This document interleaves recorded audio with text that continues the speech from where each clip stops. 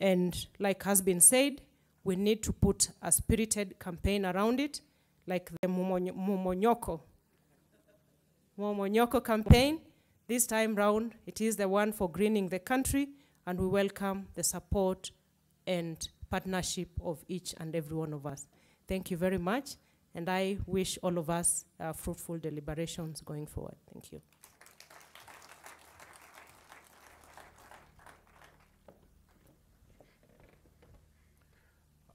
Thank you. Thank you very much for those sentiments. And of course, in the speech we had, with matters of love, we had different degrees for the mother. Of course, I think we can admit that everybody forgets the mother-in-law, but maybe we can also get a tree for the mother-in-law. Even government doesn't like the mother-in-law. Anyway, ladies and gentlemen, I think now it's time for us to move on to the next part, and of course, move on to our panel discussion that is going to be handled, of course, by the CEO and Managing Director of Equity Group PLC, Dr. James Mwangi. So I'm just going to request him to come and join us here. Then maybe he can introduce us to his panel. And of course, that is going to be talking about climate change and the development challenges in Africa. But also, even as you're talking about the challenges, let's also just find out what solutions we have based on the technologies and innovations that we have as a people. What are the opportunities? Let us exploit those. And in case you've got any questions, please don't hesitate to ask them. You can use our social media platforms as well if you're joining us on TV. And that is hashtag KusiFest 2022. So, Dr. Mwangi, if you're ready, karibu sana.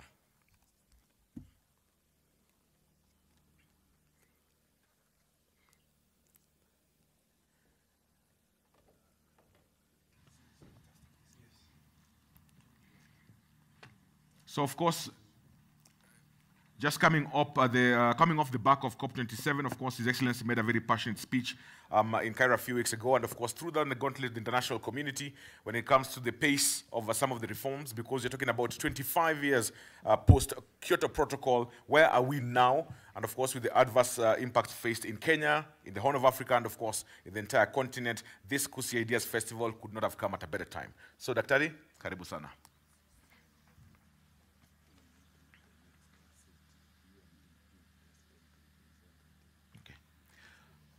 So I think we might require an extra seat, if we can get an extra seat, because we also have to welcome the UNDP resident representative, who is also joining us here. It would be good also to get some impact and information from her as well. So as Dr. James Mwangi is going to be introducing his panel, but of course, we have, of course, Her Excellency Honorable Anne Waiguru. Of course, we also have Professor Faikoyen, and of course, the resident representative is joining us. We have the CS and Dr. James Mwangi. So I think we are set. So we're just waiting for Miss Elsie Atafo to join us as well. There she comes. Karibu sana.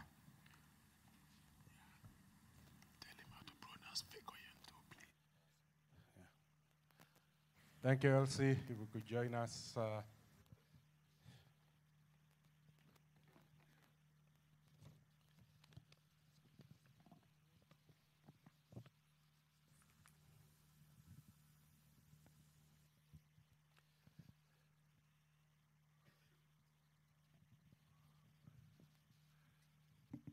Thank you very much. And let's start off. I guess the high-level panelists are very familiar with everybody, so for the sake of time, allow me to save the few minutes that would have gone to introduction, because I've been strictly advised to stop at 12:30, so I have less than an hour.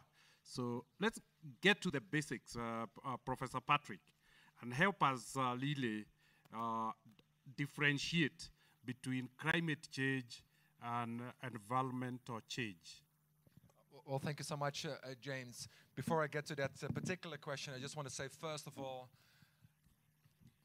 what's good for Africa is good for the world. I mean, and that's is that more true than with the climate emergency. And I think all of us joining this festival have the same perception that Africa is unstoppable. And as the Honorable Minister just indicated on behalf of the President, Africa at the same time is at the crossroads in the sense of recovering from the COVID crisis, being impacted by the war in Ukraine. It did not cause, debt crisis up, inflation up, food price up, energy price up. And then on top of that, there is the climate crisis. In fact, Honorable Minister, as you already referenced, Africa is at ground zero of the climate crisis. Think about it. 9 of the 10 most vulnerable countries worldwide to the climate crisis happen to be in Africa.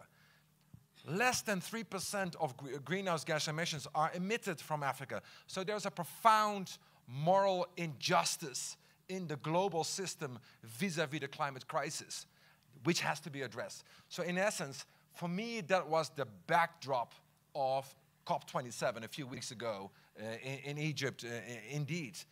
And I think the positive thing of what happened in Egypt was that African leaders came united. Not just saying climate emergency is real and is impacting Africa, not just saying it is important to finance, but they came forward with a very concrete plan. President Ruto, together with President Macky Sall, chairperson of the African Union, the president of Ghana, and other presidents, put on the table a very concrete material plan, the so-called Africa Adaptation Acceleration Program, AAAP. What is it? It's a $25 billion program over 5 years for Africa, led by Africa, to be implemented in Africa. So in Sharm el-Sheikh, that AAAP, that program, the largest program in the world, was center stage. And African leaders said, well, actually, we are putting our money on the table against that plan. Where are you, Western world, in financing that plan? So the outcome of COP27 was that certain financial commitments were on the table, which were appreciated. But at the moment, James, it is not enough. The AAAP, in and of itself, will invest in digital climate solutions for Africa, for agriculture, invest in resilient infrastructure, also here in Kenya, will invest in jobs and adaptation. Because what I suspect, what Madam Governor already indicated, we can have summits, we can even have festivals like today. At the end of the day, the litmus test is, what does it do for a mother in Mukuru who is battling her life because the floods are hitting her daily livelihood? What does it do for a young girl in Makwene County who has lost her livelihood because the droughts are coming? So I think there is a profound opportunity to really transform the agenda. Maybe, James, allow me also to use, as a non-African, to use an African proverb. The Honorable Chairperson said, well, there's no shortcut to the top of a palm tree, and that might be true. But when I was in Makwene County a few weeks ago, I was met by the local community, by women leaders, and they sang a song upon my arrival, and they said, when you climb a mountain, there are good things on top of it. So when you climb a mountain, there are good things on top of it. And that good thing is investing in adaptation. It is investing against the climate shocks which we face today and which we will face tomorrow. Why? Because it's a jobs agenda, it's a growth agenda, it is a development agenda. So I think there's a huge opportunity to transform this climate debate, indeed, to answer your question, James, in a development agenda. Thank you very much, Patrick. I hope, CS, you have now captured your breath. And we could really talk about the ramification, the implication of what we are going through to our motherland, Kenya. And Kenya is being hit from two opposite sides of climate change. In some parts of the country, the worst drought in 40 years has left almost 14 million people in the Horn of Africa, including Kenya, hungry and dependent on emergency food aid. It has killed tens of thousands of herds of cattle and destroyed livelihoods. In other areas, like the Rift Valley, which I guess you are very familiar with, lakes are flooding and flood areas of land where people were living, where schools stood, and tourism businesses were located, has been swallowed by water. What does this mean to Kenya? Thank you very much, Dr. Mwangi. And in this one, I'm not reading the president's speech. I'm speaking as a Kenyan and as a CS environment. Of course, what this pushes us to think about is adaptation strategies. It pushes us to think about the box and go into alternatives. An immediate one of which is to engage in climate smart agriculture, to talk to our populations, to adopt alternative means of livelihoods. And immediately you talk about that, the need for financial support checks in. With the droughts, just like the whole climate action at the global level is now heavily informed by science. We are getting very almost real-time support through the Intergovernmental Panel on Climate Change on what needs to be done in our mitigation efforts. I think we will need to invest heavily in early warning systems. And I'm happy that that discussion got to an advanced level during the just concluded COP27, where we now have discussions around a fund to support technology that needs to go into mitigating effects of climate change so that we don't have to do firefighting year in, year out around our drought situations.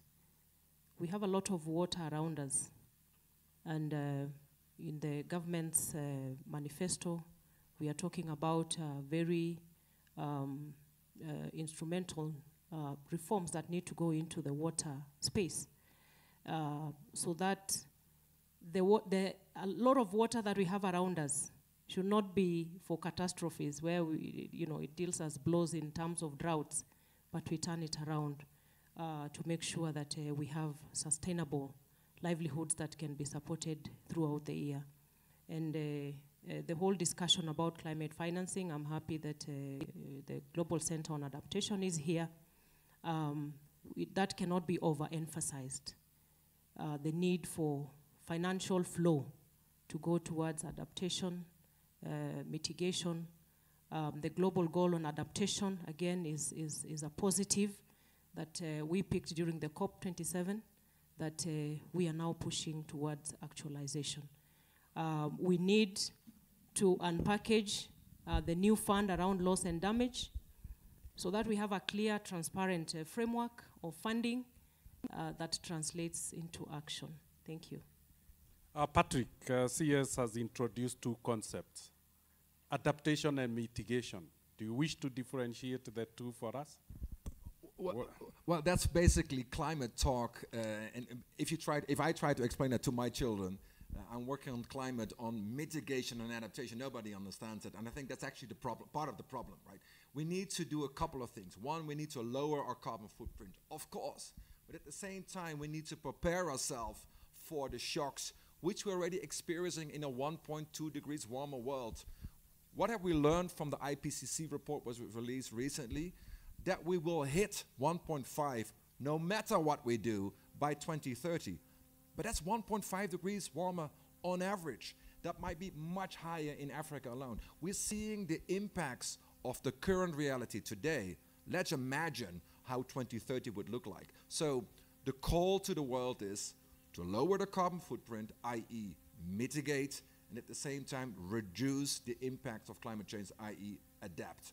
Because at the end of the day, James, as also as indicated by the Honorable Cabinet Secretary, it is adapt or die.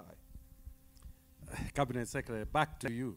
We might be lucky that you might introduce another concepts. But you talked about 4 mothers. Let's stick to 3 for the time being. If we were to list 2 things that Mother Kenya must do, and another 2 that Mother Africa must do while looking upon the world for that matter, to enable us to survive the worst impact of climate change, what would they be? Thank you very much. I think for Mother Kenya, I said we are trailblazing in the run-up to 100% renewable energy, which is great. But I still think that what we can do best is the nature-based solutions, which I have elaborated during my speech, that of growing trees. But as we do that, we must drive that hand in hand with alternatives to deflect attention from over-reliance on our forests. As it stands right now, we have 80% of our populations relying on biomass. So as we plant 15 billion trees and still have 80% of Kenyans depending on charcoal and firewood for domestic fuels, then we might not be making much progress. And the alternatives are in abundance, where we need to be talking about energy-saving cooking initiatives, improved cook stoves, creating incomes for our women and youth through the making of briquettes and all these other alternatives of fuels at the domestic level. And that way we will even mitigate against adverse health effects that come through the use of firewood and charcoal, the biomass. We also have invasive species which have become a menace, death-causing and destabilizing livelihoods for big populations of this country. When you go to some of the arid and semi-arid areas, we have the prosopis plant, which everyone knows the mathenge and the effect it has on the people and their livelihoods. We have the opuntia in the north, and all these species, as they, wreak havoc on livelihoods, they also present opportunities for livelihoods expansion. I think we need to think about that. We need to go that direction. For Africa, and as the leader of KAHOS that Kenya is right now, we will be pushing and persuading our neighbors to, we are talking about mitigation, reducing our release of greenhouse gas emissions. We have all spelled this out in our NDCs, the nationally determined contributions. I think the plastics menace is what we need to agree from a collective viewpoint. One of the biggest challenges we are facing as a country is that we took a bold step to ban the use of single-use plastics, but because our neighbors may not have had the same direction, then we are faced with the porous borders. But if we are all to agree and come up with a collective initiative to phase out, and not phase down, phase out plastics, I think we can be moving in the right direction. Thank you. Thank you very much. Let's come to Excellency Governor Waiguru. The devolved counties in Kenya are key implementers of climate change programs and actions, something that you rarely see in most African countries. The County Climate Change Fund finances climate projects identified and prioritized by local communities. How much money has been disbursed through CCF, and are you able to evaluate successes so far? Thank you very much for that question. As you heard, the country passed a Climate Change Act 2016 that required both at the national level and at the county level for us to have 5-year plans that outline the strategies and interventions that we will be implementing for climate change, both to mitigate against the effects of climate change and also to support adaptation mechanisms. At the county level, we had an omnibus bill which most of the counties have passed at the local level to enable them to implement. One of the things that the bill requires, as I said in my speech, is that counties allocate about 1 to 3% of their development budget to climate change mitigation and adaptation strategies. So far, we have collectively amongst all the counties approximately 877 million shillings that have been put in the department that deals with climate change, the various departments across the counties, and are used to provide interventions for both mitigation and adaptation. If I would give an example of the things that happen, for example, in Marsabit County, they have used the resources to provide, working with the community, water collection ponds, which is the small dams, so that communities are not completely devastated during a period when we have drought. We have also other counties that have gone ahead to provide their communities with drought-resistant seedlings so that they can plant varieties that are more adaptable to the changing environmental climate. We have other counties that have also involved their communities in waste management initiative and to deal with that issue of, for example, dealing with plastics and recycling and diverting from the use of non-biodegradable things to those that are biodegradable. So there's very many interventions that counties are carrying out at the local level. I think I should emphasize that it's well and good to have a conversation like this one in Kusi, where people at this level, allow me to call you elites, have a conversation on what it is that we need to do. It's good because most of the people who sit here are policymakers and influencers.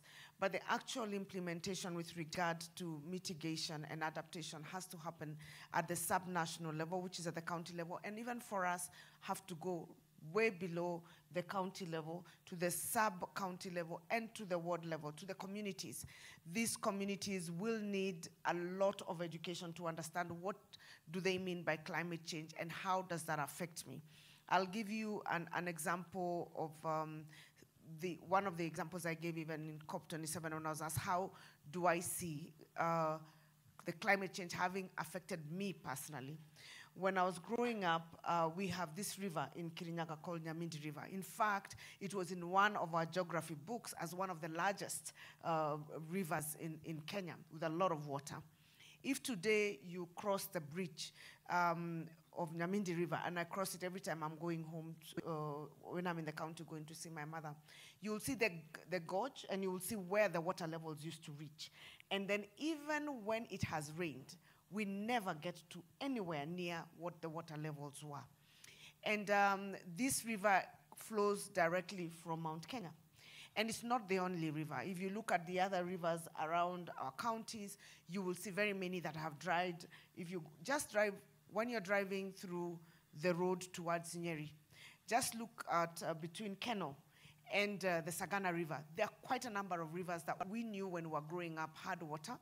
And today it has rained and there is no water. They are just little gorges. That is an impact of climate change. We need to do something about it. And that is why I'm very excited about the initiative by His Excellency the President on planting of trees. It's one way because of the catchment areas and the effect of the loss of catchment areas and the effect of that on our rain and also on our environment at large. I think involving county governments to involve communities, to understand how they are individually affected by the aspects of climate change will make it more useful, and we will have more impact when we have the communities involved in the mitigation and educating them where we do not have a choice on adaptation and mechanisms to cope with the challenges of climate change. Yeah. Governor Waiguru, you remind me, as I was also growing up in the villages, the streams that used to be in the village, they are no more. The butterflies I used to chase and play around with, my children can no longer play. They are no longer there. So climate change is real, and it's in a very practical ways. But what lessons can we export from the early implementation of the programs to other African countries? I think, as you have heard, we are actually way ahead of many countries because we have the initiatives that have been set up, the law at the national level and the laws at the sub-national level. That is one of the things that we can export to other African countries. I think a place to start is always the legislation and the mechanism and the policies that enable you to put resources and then have plans that can be actually monitored in terms of implementation. So one of the lessons that we can give the rest of Africa is that there is a necessity of having the policymakers prioritize legislation and policies that have to do with support of adaptation and mitigation against climate change. That is one. The second thing that we can export to other countries, and I have listened to President Kagame's speech, and I have heard that they have initiatives even in other countries. In Rwanda, I have listened to the Vice President of Tanzania, and they have a robust program of planting trees.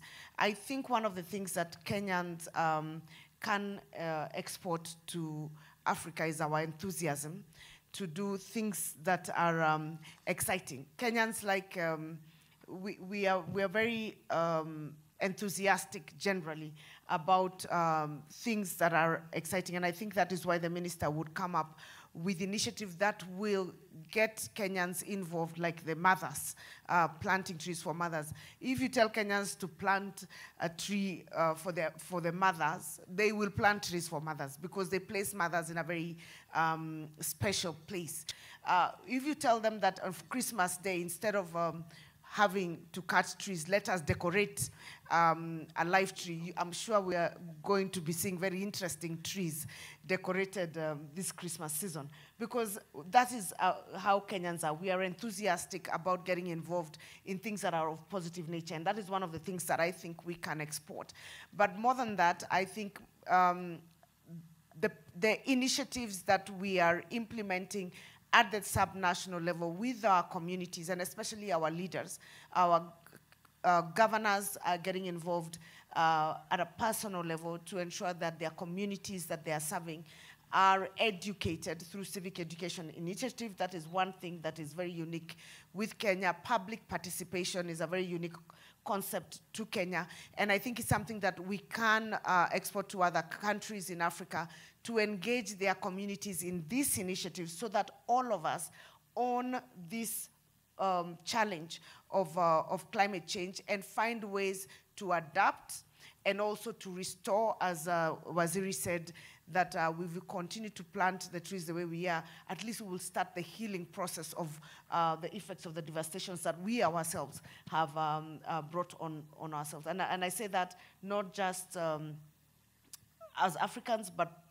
the human population at large in the world, because we know as much as Africa is a very minimal contributor to the effects of climate change, we are the ones who are most affected by the atrocities that come because of the adverse effects of climate change. Thank you. Thank you very much.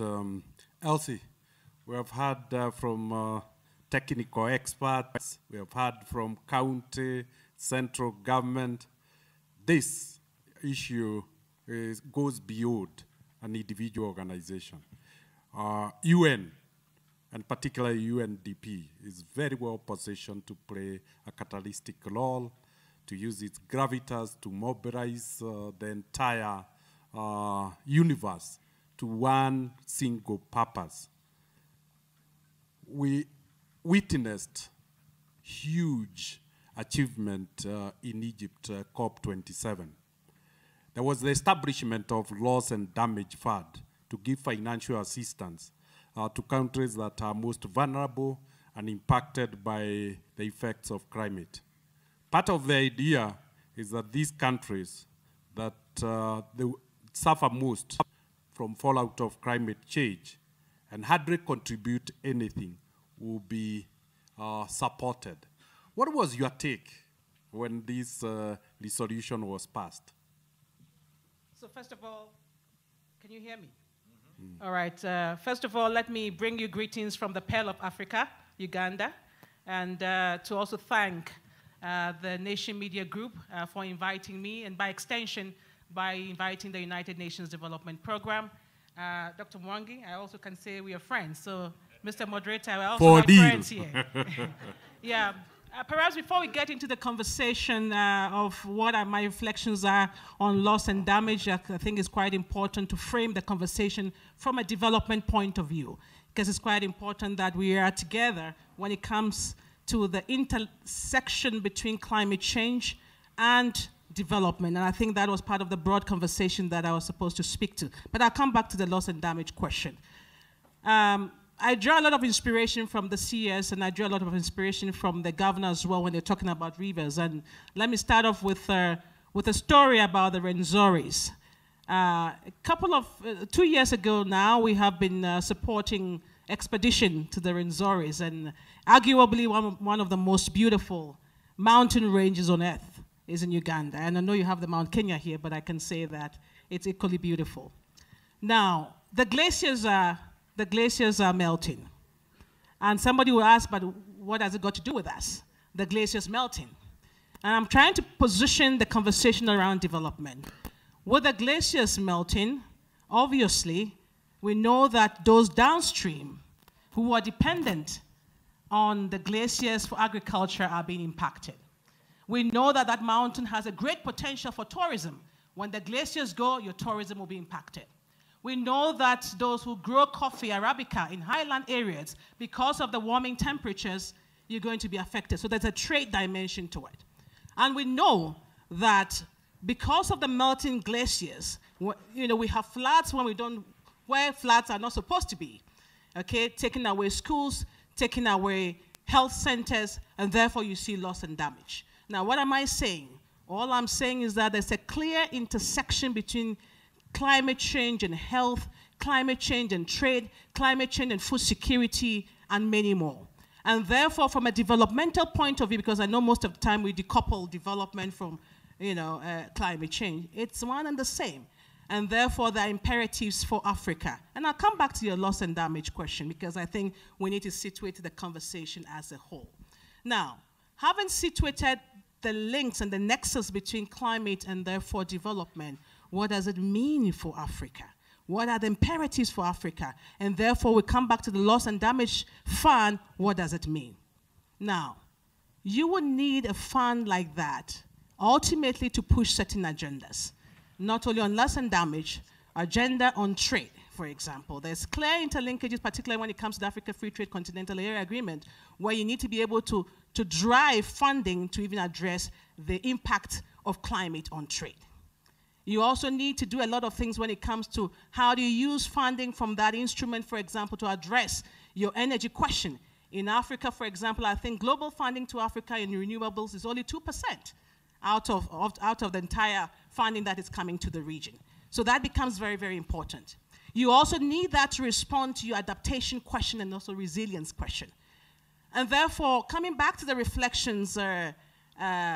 Mwangi on a loss and damage fund, absolutely important. And I think we applaud all the negotiators, African ministers who were there pushing for 30 years. Finally, it comes. But what we have to ask ourselves is how are we positioning Africa to take advantage of this fund if it's eventually capitalized? What we have seen in the past, for example, that African countries did not benefit from the clean development mechanisms. And therefore, we can be clapping our hands and jumping, but how do we position? And I think that excellencies and ministers here, governors, we need to pay a lot more attention to how do we operationalize that loss and damage fund? How do we position Africa to make sure that we have a voice as it's being created? How do we position Africa to make sure that it's agile enough for us to be able to benefit from that?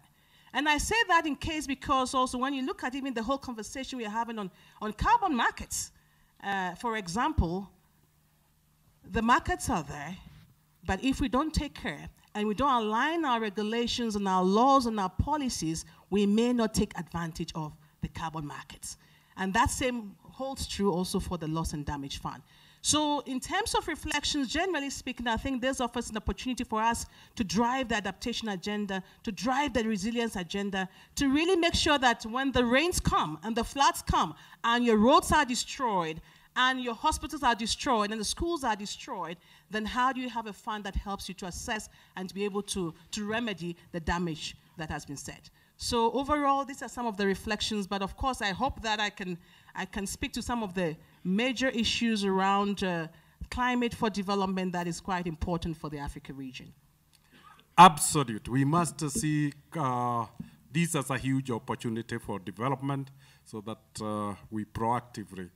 Elsie, next time you talk about, there is a lake here called Aberdare in Kenya, equally as beautiful.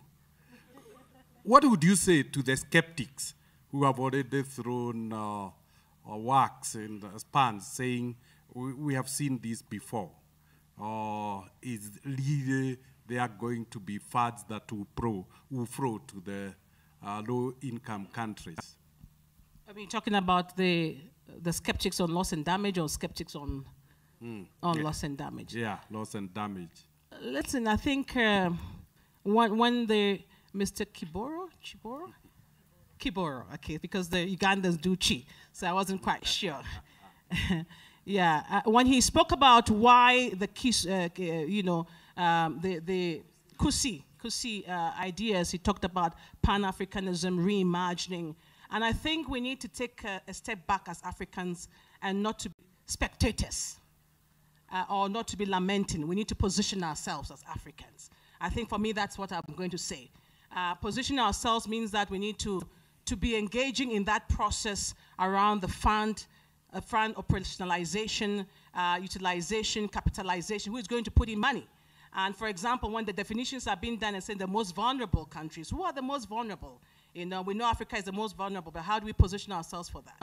And I think the times that we are in, Dr. Mwangi,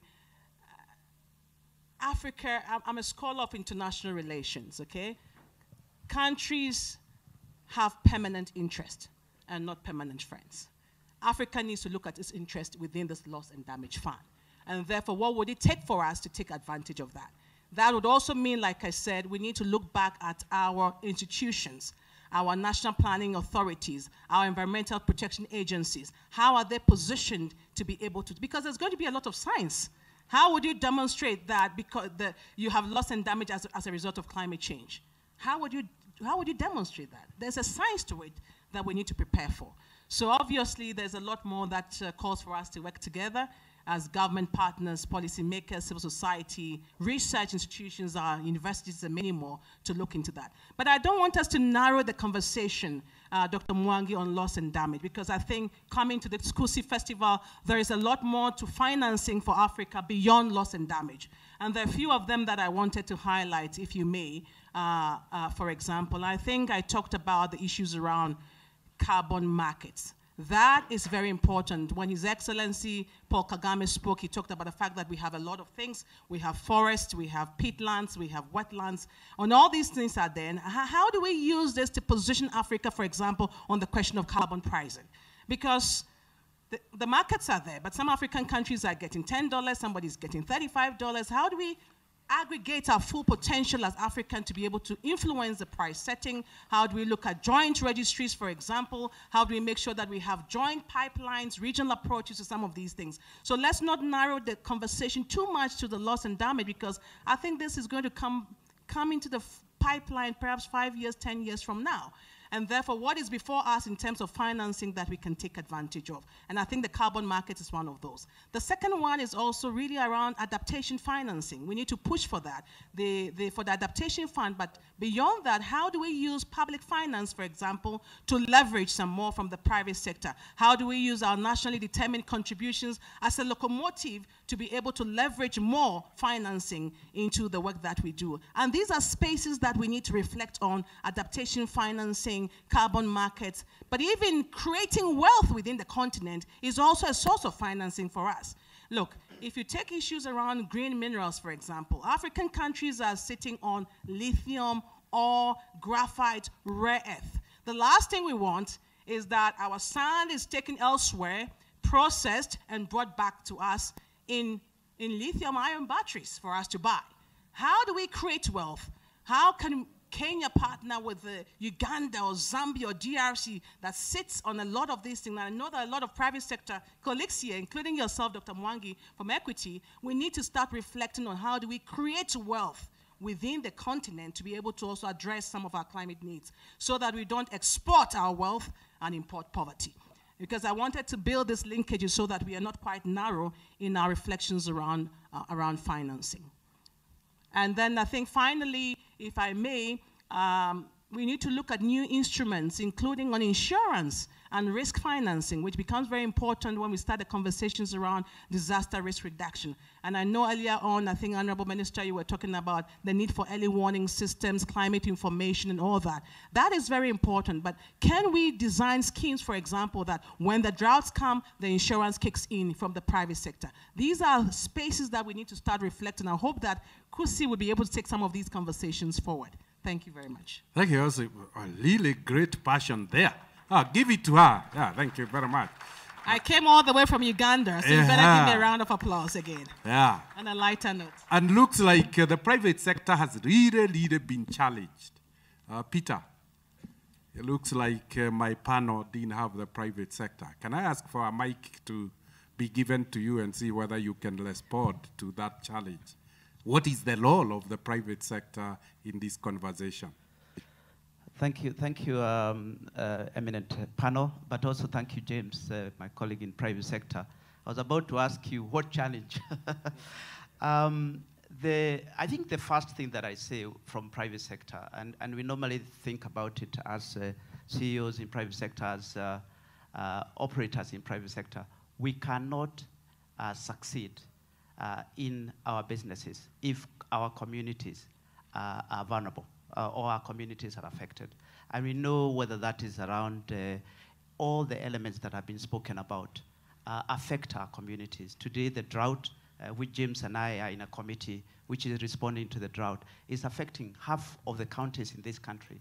And there's no way private sector can be on the sidelines and be able to watch for without actually intervening. So therefore, and we know also the government can't do this alone.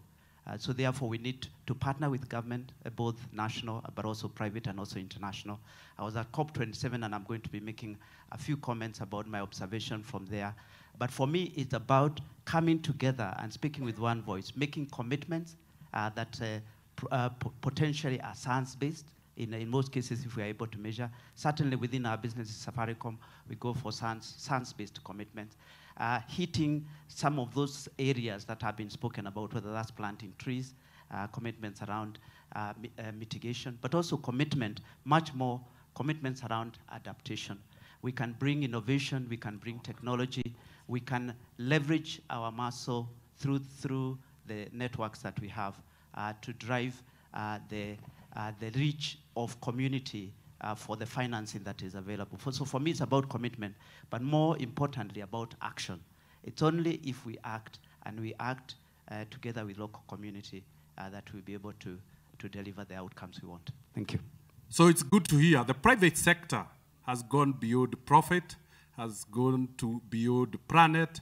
It has really become people-centric. And when it comes to people-centric, it's about shared prosperity. It's about winning the trust of host communities. It's really taking host communities as major stakeholders. And so their pains are the pains of the private sector.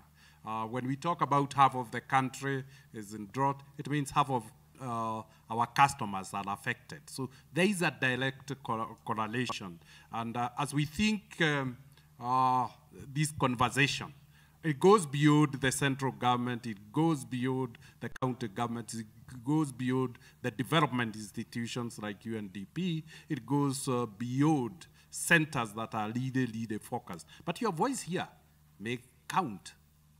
Do you want to jump into the conversation? Actually, I want to respond to the colleague from the private sector and also to the representative from the UNDP.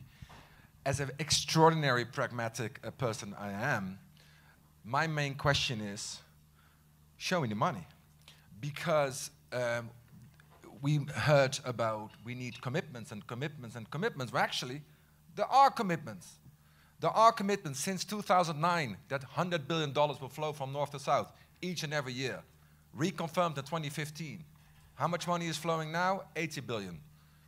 There is a commitment last year from Glasgow that adaptation finance, which is how much today, 20 billion globally, should double. Hasn't happened yet. Because the numbers speak for themselves.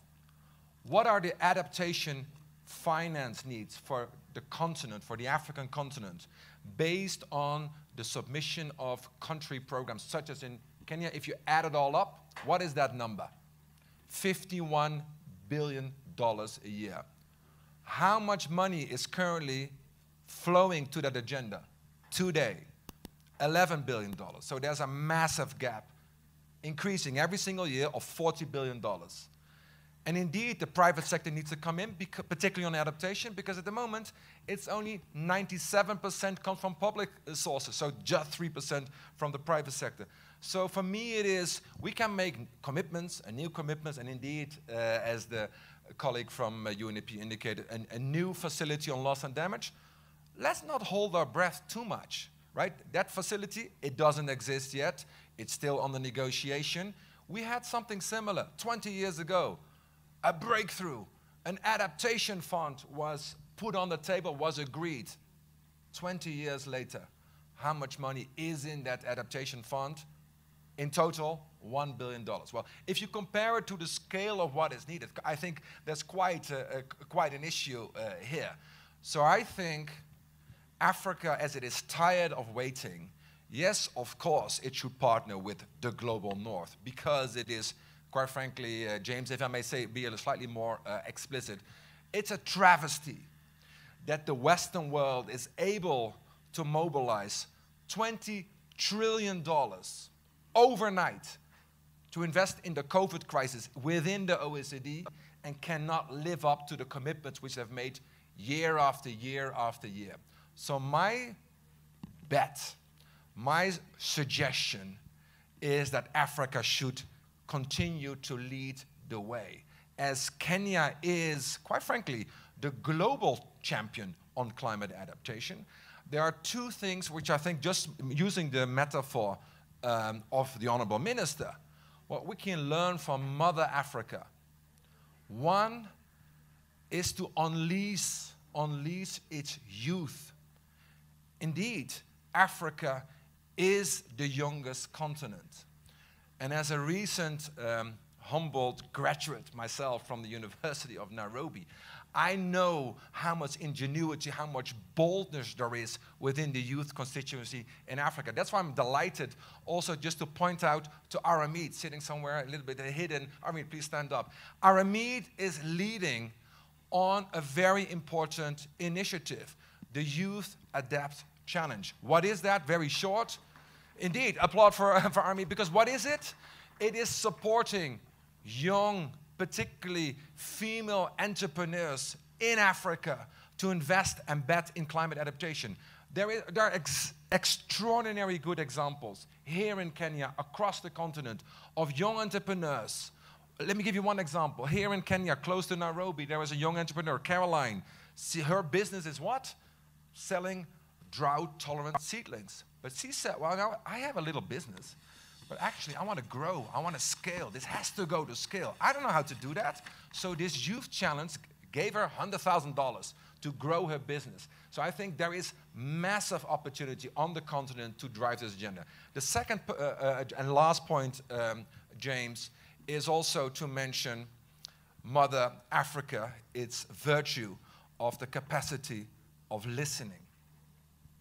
Anju was here with us. Anju, please stand. Is leading on a specific program, which is concrete, led and bred from Kenya, from Makuru, where, because the Makuru people, the Makuru community is the first community in the world who put on the table a master plan on how to link climate and development. And what we're doing now is supporting and rolling out that master plan and link it to the financiers. Here is the plan. This is what is needed because that's what the community thinks what is needed. The money needs to be connected. And we need to replicate the Makurus of Kenya across the continent. So I think there is an extraordinary opportunity for two things which are vital: scale and speed. Yes, climate summits are important to keep everybody accountable, all of us accountable. What have you promised? Now it's all for all of us. Let's deliver on that promise. Patrick, I think you have provoked me with a follow-up question. In Africa, there is a criticism about a lot of green initiatives, with the argument that industrialized nations grew rich on fossil fuels. And now they are pressurizing Africa to rely on renewable power for their growth. What is your take on this? Let me go back to a conversation I had just a few weeks ago at COP27 with President Macky Sall in a setting like this, on a stage with this question was not posed to me, it was posed to him. And the question was, indeed, you're Senegal, you are now the chairperson of the African Union. You have vast reserves of gas. Should that not be used for the benefit of the Western world, or should that gas stay where it is today? And I would think, I mean, Macky Sall was extraordinarily explicit. He said, it is quite shocking that on the one hand, Western leaders are visiting my presidential palace and reaching out to me to buy the gas, while at the same time, when I come to a climate summit, I'm being told to keep it in the ground. What is now the direction of travel? The short answer is James, we need to lower our carbon footprint. The reality is that at the moment, Africa's carbon emission is less than 3%. Africa's agenda on climate change is essentially an adaptation agenda. I think it's quite unfair to basically put all the burden now on basically on African nations on the 1.5 degree. I think obviously they should contribute, they should lead, but I mean there's also something from the Western world in terms of decarbonization to lead the way as well. Are you also saying that Elsie wants to answer this question on your behalf? Well, just briefly, because I could see the moderator is here, and therefore the clock is ticking. But very quickly on the energy question, I think what has been agreed, and I think UNDP, we also on that pathway, is on just transition for Africa. And I think every country needs to define what that just transition is and their transitional plan. Many African and Elsie, on just, yeah. What about the balance between social and environment? Do we focus on alleviating our people from poverty or saving the planet? It has to be, or you have to balance the approach to that. I mean, that's why we call the sustainable development. You have to look at the economic and environmental and social parts. So it has to be balanced. I think the point I'm trying to raise is that many African countries are already doing 90% of renewables already. We need to look at the energy mix of these countries. So if a country wants to move from charcoal to LPG, that is transition for that country. Or if that country wants to move from LPG to something else, that could be transition. So I think every country needs to define what transition means without compromising the safeguards, environmental safeguards and social safeguards. But now that I have the floor, also very quickly on the issue around the private sector, thank you very much for the reflection. But I think 3 points from me. We need to move the conversation. We need to move the conversation from corporate social responsibility when it comes to the climate agenda and begin to look at the value chains and the business processes along those value chains. What are the practices of the private sector? Are you impacting on deforestation as a result? And what more can you do in terms of technology? And Elsie, the last two, You had the 3 points, you have made one, the last two. Because well, I mean, look at green financing as well. What kind of instruments can you, if somebody is going to do something in that climate, what are the instruments in the bank that could be lower cost or lower interest rate? And I think those things we need to pay attention to them. And finally, private-public partnership. We need to start speaking to the government to see what can we do at scale to be able to address those climate things. But I don't know whether I'll have the floor again, but all I can say is that from our side as UNDP, and that's what you asked Dr. Mwangi, what is the UN doing? I mean, we are really behind member states now looking at facility that will support them on adaptation, looking at transition, looking at issues around NDC implementation. Elsie, allow me, because I'd been told of a hard stop at 12:30. Yes. It's precisely 12:30. I can see it starting. Allow me to request the audience to put our hearts to appreciate this great panel, and then we'll hand over back to. Thank you very much. Thank you very much. As you can see, I mean, the debate can keep going and going, and we really would like to encourage every single person who is joining us, especially online. If you have any questions, any contributions, please push them on our hashtag. That is hashtag KusiFest2022. We are going to move on directly into the next panel. And this panel, because there's a question that was asked, show me the money, where is the money? The next panel is actually going to be addressing that in very brief terms. So we are going for a short commercial break, but before that, one of the packs that you have with you today is this book, and I've just been informed something very interesting about it. If you look at the back of the book, you have a story around it. The cover of this book has been made from seeds. So once you're done with this book, what you can do, you can tear a piece of this and plant it, because that's where we are headed. And you have a pen as well. And at the pen at the back, you also have something that you can pop, and there are seeds in there that you can actually plant. So these are some of the innovative solutions that we are looking at. So this and so much more. Where is the money? That is the next discussion that is coming up. It is, of course, going to be moderated by Bona Mboko, of course, who is a business editor at NTV Kenya. And before that, we are going for a short, quick commercial break, and we'll be right back for the next panel discussion talking about where is the money. And right now, I know Rita is waiting to speak to us out there. She's got somebody who's actually attending this forum and also has some contributions. Rita, are you with us? Well, now it's just the first panel discussion is officially done. That brings us to the next one that we'll be getting into, the first day of the 4th edition of the Kusi Ideas Festival 2022.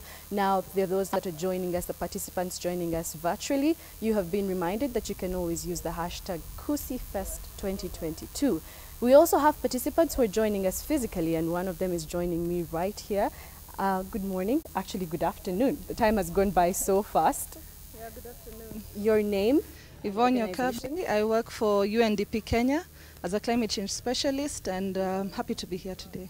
Now, when you say you're happy to be here, that means you're happy to also be a part of a very critical conversation. Absolutely. When it comes to climate change and exploring the African response and solutions. Why do you think it is a very pertinent conversation that we need to be having? Absolutely. I think never has there been a time when the whole world has had an agenda so critical like climate change. And for us, as you've heard, UNDP is working across 120 countries to accelerate action on climate change. Here in Kenya, we have a country program that has robust action that it's accelerating related to climate change, and I can elaborate that a little later. Do go ahead. So in Kenya, we have been supporting the government of Kenya to accelerate action across the different sectors of the economy. We are working in the forestry sector, which the CS has elaborated this morning, as one of the sectors that has the highest potential for mitigation of climate change. But also we realize adaptation is important, and that's why for us we are working on solutions related to technologies that can advance smallholder farmer solutions on climate change, such as cold storage. And how have those solutions been received by the people in Kenya that you're working with? I think, like was said earlier, climate change and development are not separate conversations, they're intertwined. And so for us, what we've seen is that we are really reaching out to the communities to be able to help them to survive and build their resilience to climate change. And so for us, what we see is beneficiaries who have real, who have seen the real impact. For instance, land solutions that are able to allow them to have productivity of produce. And this comes at a time for us now when we are faced with drought, that these solutions are critical for us. Yeah. Well, now we want to talk about when we take a look at... I want you to face me on there. Now, I want you to also tell us about what you hope to see the conversations from today have us take a look at. From today and tomorrow, what do you hope to see happen? I think what is very critical is to see all stakeholders play a role in addressing climate change. Government has one role, but we have private sector and we have the citizens, all of whom have to come together to address the challenge that is existential to our lives. Yeah. Do you think that it's going to be something easy to achieve?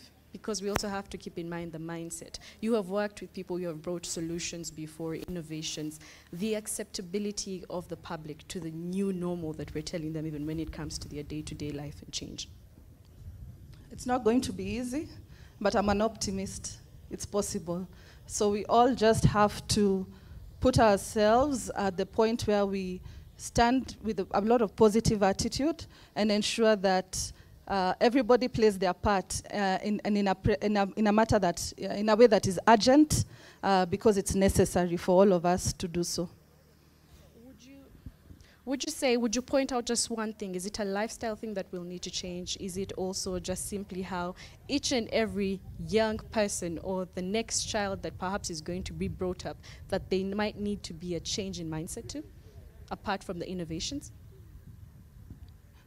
It's a mix of everything. It's a mix of policy change to enable technologies to come into the country. It's a lifestyle change for those of us who produce heavy levels of waste, organic waste which produces methane. So we want to be able to turn that into compost. We have to plant trees and grow them so that we reduce our land degradation and forest degradation. So it's a mix of solutions. It's a mix of solutions. Thank you, Yvonne, for your time. And when you mentioned that it's a mix of solutions, one thing that is brought up is that there's one thing that I can do, there's a thing that you can do, there's a thing Yvonne can do, there's a thing that the UNDP can do. But at the end of the day, it comes down to what we eventually decide to do as an African continent. Yeah. Now we'll also continue to take a look at more thoughts. We're sampling more thoughts from the participants who are joining us here live at the Karura Forest in Nairobi, Kenya, for the 4th edition of the Kusi Ideas Festival 2022. Good afternoon. Good afternoon. May I know your name and the organization that you're representing today? My name's CPA Peter Mbugwa, representing Rural Electrification and Renewable Energy Corporation. What would you say about the first few hours of the 4th edition of the Kusi Ideas Festival, the panel discussion, the presentation, the opening remarks from our different speakers? And unfortunately, I've just come in. Well, perhaps you'll be joining us for more throughout the day, but you're also here on a partnered conversation, which is climate change. What do you have to say about that? It's important that we do address the climate, because the changes that are happening because of the activities that we are doing are actually going to impact negatively in terms of our livelihoods. Remember, if you interfere with the climate, it will actually be a lot of negative effects which will affect us and the economies as well. Any initiatives that you're taking on to help with this? Yes. Currently, Rural Electrification and Renewable Energy Corporation has a mandate on renewable energies. And this is purely to address the generation and the projects that we are undertaking to ensure that we move from the traditional generation and distribution methods into renewable energies, purely to address the climate mitigation factors. And how has that been received? Yeah, this has been received well. And mainly the kind of projects that we are doing, renewable energy projects which are mini-grids. We are the ones who undertook the 54 megawatt generation project in Garissa. It's the biggest in East and Central Africa. So all these projects have been received well, and especially in areas which are off the grid. Now, are there particular areas that you hope to see discussed throughout the next 2 days? And also, what solutions do you hope to hear come out a number of times? It's important to hear how we are actually going to work together, because even if we are addressing the climate concerns and we are not together, everybody will be doing their own things. And I think there'll be a lot of synergy in terms of working together and ensuring that we address our particular areas and address the climate concerns. Yes. Now, thank you so much for your time. Thank you very much. We're going to be getting back into the day's events within the Kusi Ideas Festival, the 4th edition of its kind. But that's what some of the participants weren't just joining in at the moment, meaning it's not too late for you to tell anyone to also be part of the festival. They can go to the link, and also they can be able to follow what is happening on our social media accounts in different places, on different platforms. 27 era. So right now, our next panel is going to be of esteemed people who are going to be talking about money matters. And the first person, of course, is going to be the CEO of the KCB Group PLC. Mr. Paul Russo is going to be joining us in a short while. We also have John Gashora, who is the Group MD of NCBA Group PLC. We also have Excellency Giovanna Stark, the Ambassador and Permanent Representative of UNEP and UN Habitat Embassy of Costa Rica, as well as Anthony Ngororano, who is resident representative of UNDP here in Kenya, and finally, Dr. Richard Munang, Deputy Regional Director, United Nations Environmental Program, UNEP, Africa Office. And of course, this would not have been possible without our partners, and we really appreciate and thank our partners for ensuring that this event is a reality. Of course, we've got Global Center on Adaptation. Thank you very much for your contribution to this particular event. We have Safaricom, we have KPC as well, Cooperative Bank, Habitat for Humanity, thank you very much for your contribution. NCBA, Thika Cloth Mills Limited, and of course University of Makerere under the Infectious Diseases Institute. We also have Kenya National Highways Authority, thank you very much for your contribution to this. KCB Bank, REREC, Prudential, Image Registrars, Rainforest Alliance, Equity Bank, UNDP, Embassy of Denmark here in Nairobi, Java Foundation, and of course, Foodscape. Thank you very much for your contribution to ensure that this event that is being hosted here is a success. So once again, even as we're talking about matters innovation, just to remind you that there are people who are doing quite a bit of innovative stuff. We've got a book here on climate change, and the interesting thing is about the cover of this book. It has been made from seeds. So it has been made from seed paper. And where discarded, the paper, of course, is recycled into a pulp and mixed with seeds. So you can cut a piece of this, and then you plant this in your garden, and then tell us what the experience is like. Also, as well, we have a pen that is quite innovative that has got some tomato seeds at the back. So you get this, and then you slot it in. Even as we're getting ready for the next part, anybody who's engaging us on NTV Live today, please, there's some questions that emerged from the previous panel, and I'd like some people, if you can respond via Twitter, in case you've got any answers to this or any responses that you'd like us to engage in. We spoke about the issues to be resolved with regards to where do we cascade this to the grassroots level, because that is the biggest challenge. We can have these forums in big places like this, but if it does not cascade to the very people who are supposed to be implementing it, and that is the general public, that is the Mama Mboga in Kibra, that is the border rider in Mukuru, how do we cascade this? If you've got a response to this, if you've got a solution, an innovation, please give us a response on our Twitter chat. That is the hashtag KusiFest2022, and of course we'll be sampling some of these responses towards the end of the day. So how do we operationalize climate change? How do you operationalize some of the responses? We definitely hope to be getting some of the responses from our next panel.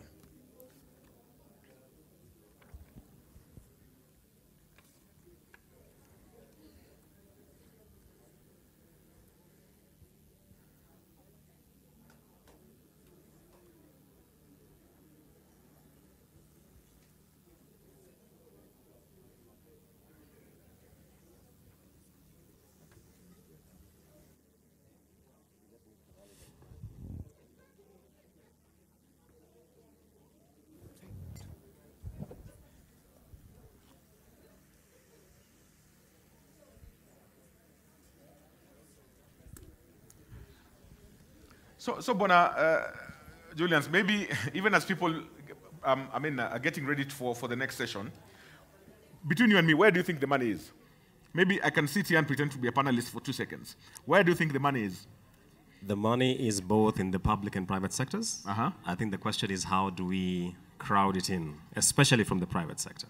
Especially from the private sector. Yeah. But with regards to cascading some of these ideas, because we're having a fantastic festival right now, changing of ideas, how do we cascade and make sure that the implementers, who is the general public, who never gets the chance to attend some of these forums, how do you ensure that this goes down to the grassroots level? I think one of the things which my panel will be doing is to address the issue of there are contributions which are not necessarily monetary, they are in kind, and they are being done by communities. They are just not receiving the visibility they need around the climate financing agenda. And that's one of the issues which I'll be bringing up with my panelists as I ask everyone to come back into the hall so that we start our next session. So please grab your tea and whatever it is and come back in so that we continue with our program. Yes. So even as everybody's joining us for the next session, and we're talking about where the money is, and cascading it to the grassroots level, we hear all the big terms of about Kyoto Protocol, we hear about COP27. How do we make sure that the message that has, or the resolutions made from, for instance, from COP27, because it's a very strong platform, how do we translate this into very simple, palatable terms for the common Mwananchi? I think one of the things which is the idea behind Kusi Festival is to help us domesticate this. So when we talk about, for example, climate mitigation and adaptation, what does it mean at the very grassroots in rural Kenya, rural Uganda, wherever it is, and how we enable the communities at that level to curate their own adaptation mechanisms, whether it is planting trees, whether it is adapting to more climate resilient crops, to address both food insecurity as well as climate change. So there are ways in which this is being done. We just need to scale it to a larger capacity. Scale it to a larger capacity. At the international level, we are told that Africa only contributes up to 3% of some of the greenhouse emissions. And we are right now at the tail and the receiving end of the adverse impacts of climate change. What are your thoughts on that? Yeah, and that's the entire conversation around the just transition, around decarbonization, which again, my panel will be touching on. But by and large, we need to really appreciate that settings are very different, context is very different across the various regions, and that is one of the things we need to address, even as we talk about facilities such as the Loss and Damage Fund. And I can see Mr. John Gashora is joining me on set. Yes. Karibu sana, sir. And let me invite everyone else. If you're grabbing your tea, please, let's take it, come back to the floor, so that we start our next session. Would like to keep it as brief as possible. We are trying to redeem time, so let's get going.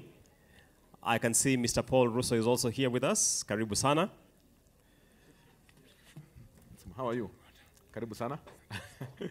Even as you're moving on, we're just requesting the next group of panelists to come and join us on stage. Of course, Paul Russo, the CEO of KCB Group PLC, to come and join us on stage. John Kashora is already here. We have Dr. Richard Munang, that is the Deputy Regional Director, UNEP Africa Office, to kindly join us on stage. We also have Anthony Ngororano, who is the resident representative of UNDP here in Kenya, to join us on stage so we can start the next session. And of course, Excellency the Ambassador and Permanent Representative of UNEP and UN Habitat Embassy of Costa Rica, to please join us on stage so we can kick off the next panel discussion, talking about adaptation and mitigation, and responding to the question that was asked earlier on, where the money is and what the plan is. So even as we are getting our panelists on stage and set and ready, we are also just going to get a few words from somebody who made a contribution earlier on.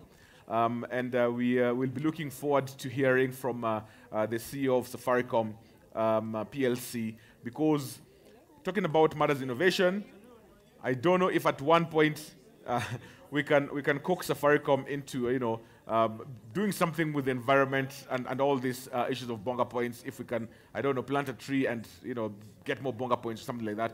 They're always very innovative in finding solutions and finding some of these things. And of course, the CEO of Safaricom PLC is here with us, and hopefully we can be able to coax him into plant a tree to redeem bonga points, or something like that.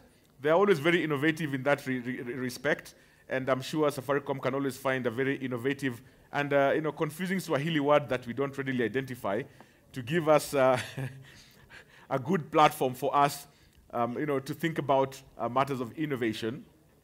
And hopefully one day we can be able to, plant a tree and redeem it for bonga points or something like that. So please help me appreciate and welcome on stage the CEO of Safaricom PLC, Bwana Peter Ndegwa. Karibu sana.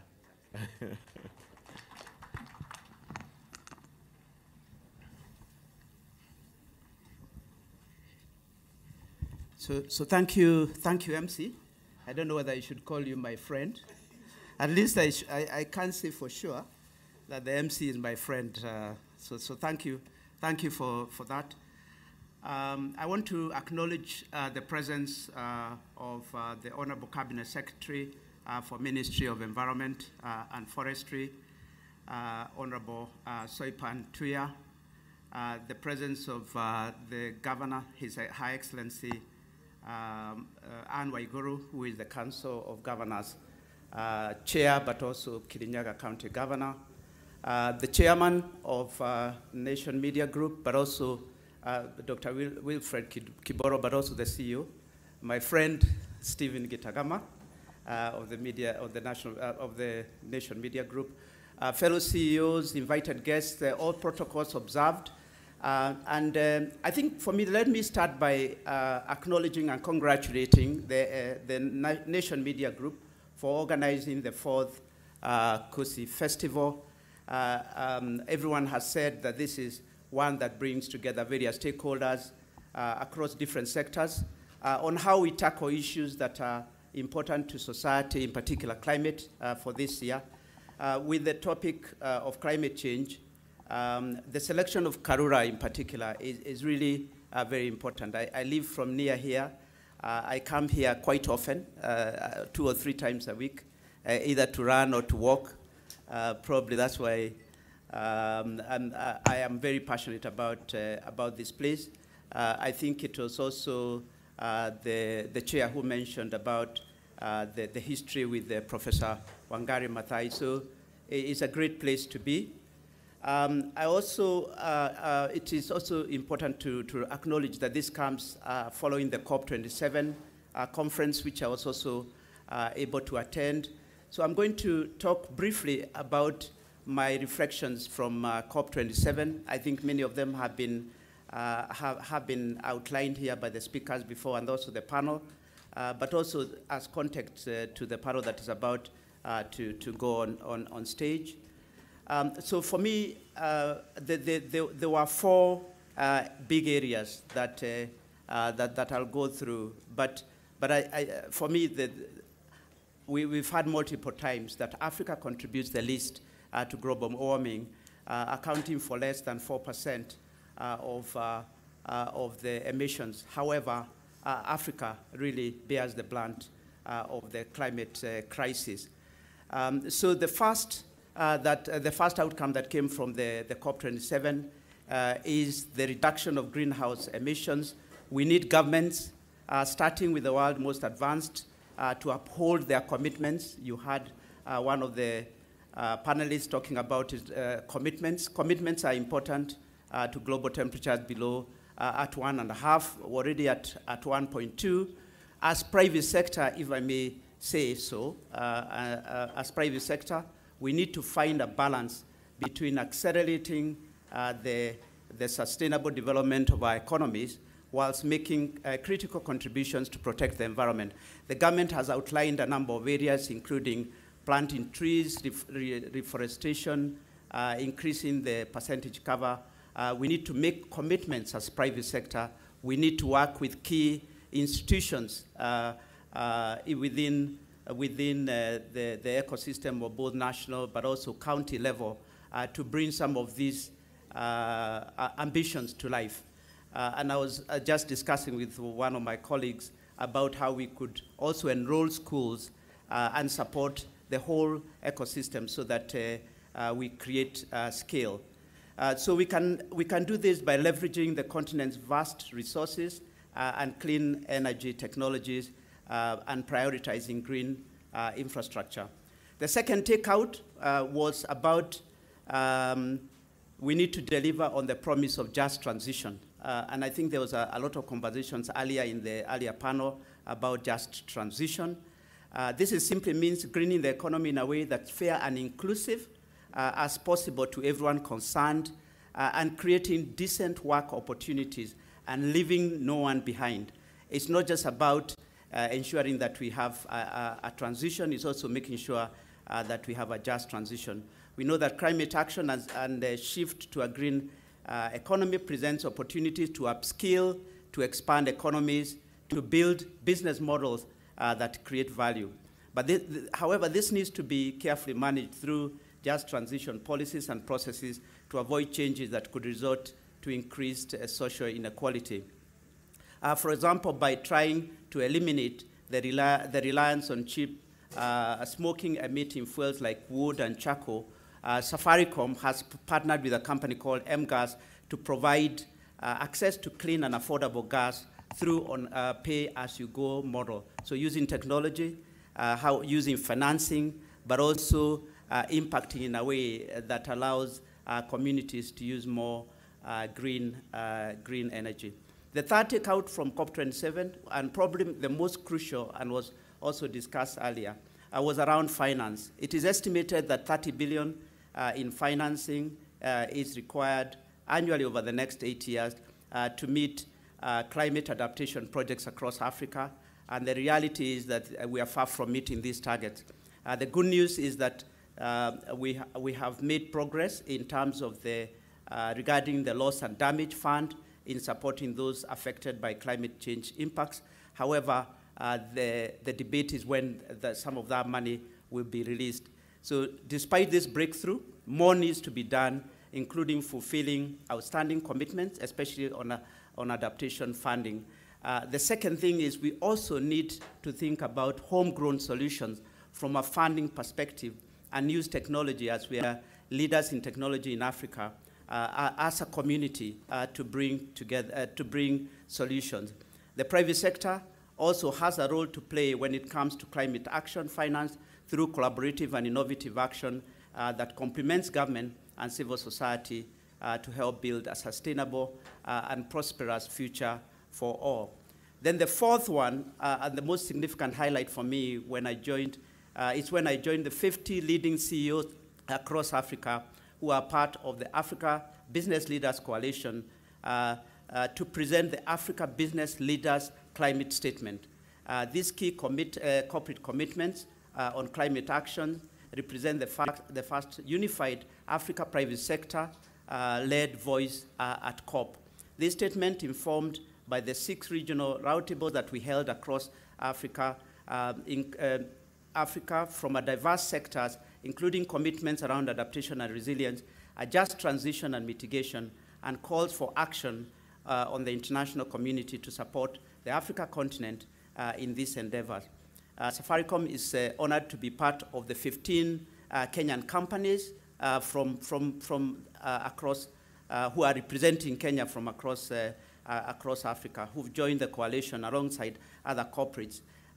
So people represented in corporates represented in this room: Equity, Nation Media Group, Diamond Trust, EABL, amongst others. As the Assistant Secretary General and CEO of the United Nations Compact, Global Compact, lightly put it during the launch of the statement, climate change presents 3 trillion shillings investment opportunity for Africa by 2030. But this potential will not be realized unless the private sector is involved. This coalition, the ABLC, has a critical role to play in ensuring the voice of Africa private sector is heard on the global stage to ensure the continent's growth is not only sustainable but also green. As I conclude, I also wanted to say that charity begins at home, and I wanted to outline a couple of areas that we are passionate about as Safaricom, and we have been focusing on. So my message today is that the fight against this climate crisis can only be won through meaningful partnership, and all of us, whether in private, public, and NGOs, have a role to play.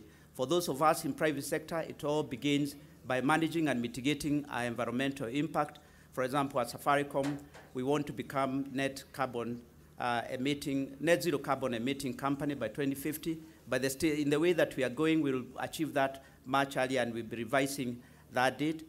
Measures to ensure that we meet this target included these reliance on high carbon diesel generators, including the use of renewable energy.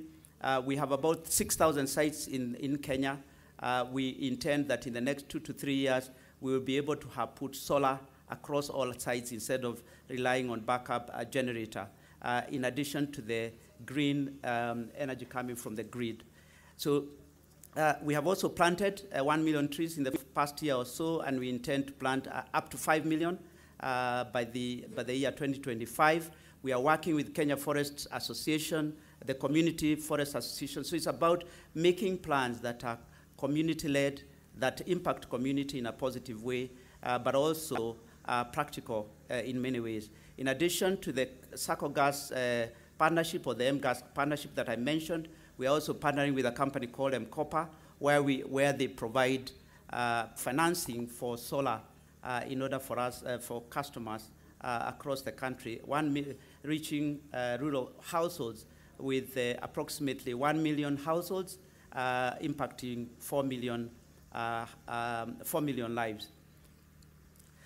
So in conclusion, climate change impacts communities, labor, markets, and the future of business.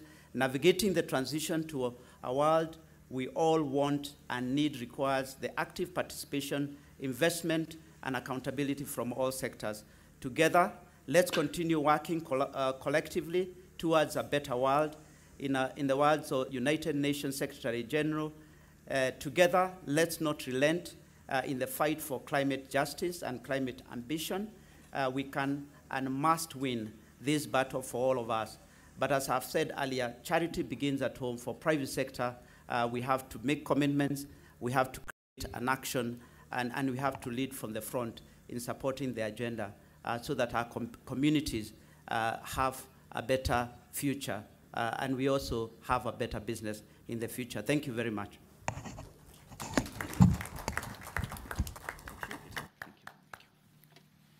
Thank you so much, Peter Ndegwa. That's the Chief Executive Officer of Safaricom PLC.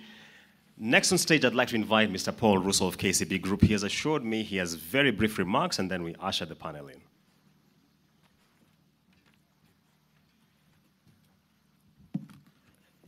Thank you, Julian, and thank you for making it easier for me to start, so I can start with the usual, all protocols observed. I just want to say, given the question that we will try to answer, it's also important for us in the private sector to say what we are doing and continue to drive that narrative. I was asked to say a few things that KCB has done, and I just want to point out a few. In 2008, KCB embraced sustainability as a business imperative and concern, and this was anchored on under 4 pillars. That's financial, economic, social, and environmental stability. And over time, I think we've played a significant role, and many institutions in the private sector played a significant role, particularly in the adaptation area. We've also been making great strides with the UNEP FI principles. We became a founding signatory member in 2019 under the principles of responsible banking, where we are a signatory. We also undertake annual carbon footprint assessments to monitor internal resource consumption to keep our carbon footprint within the 10% reducing trajectory.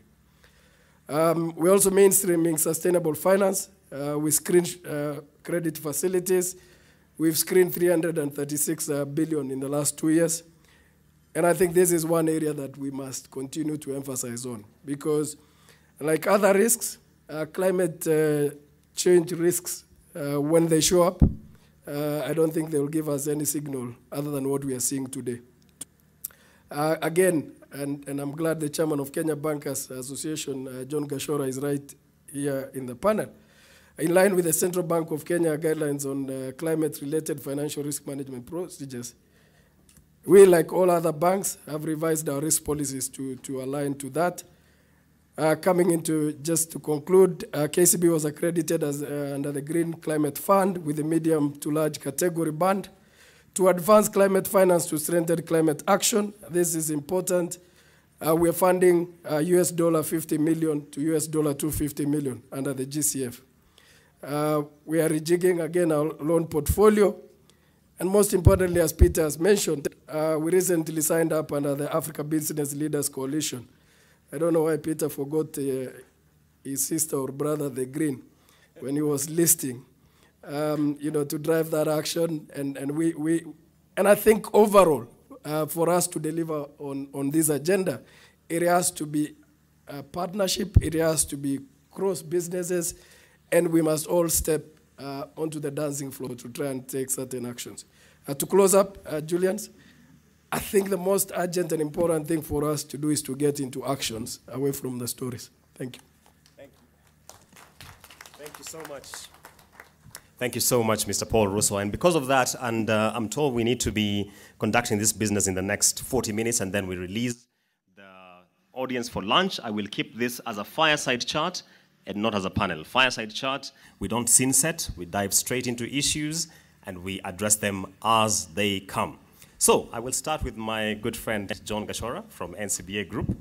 The question has been asked that when we talk about the necessity, and the previous panel spoke to this, of crowding in private capital into addressing this issue of climate financing, the private sector will look at it in terms of risk and return. When you look at it from your standpoint, do you see a compelling return? Thank you, Julian, and really thank you to Nation Group for convening this conversation.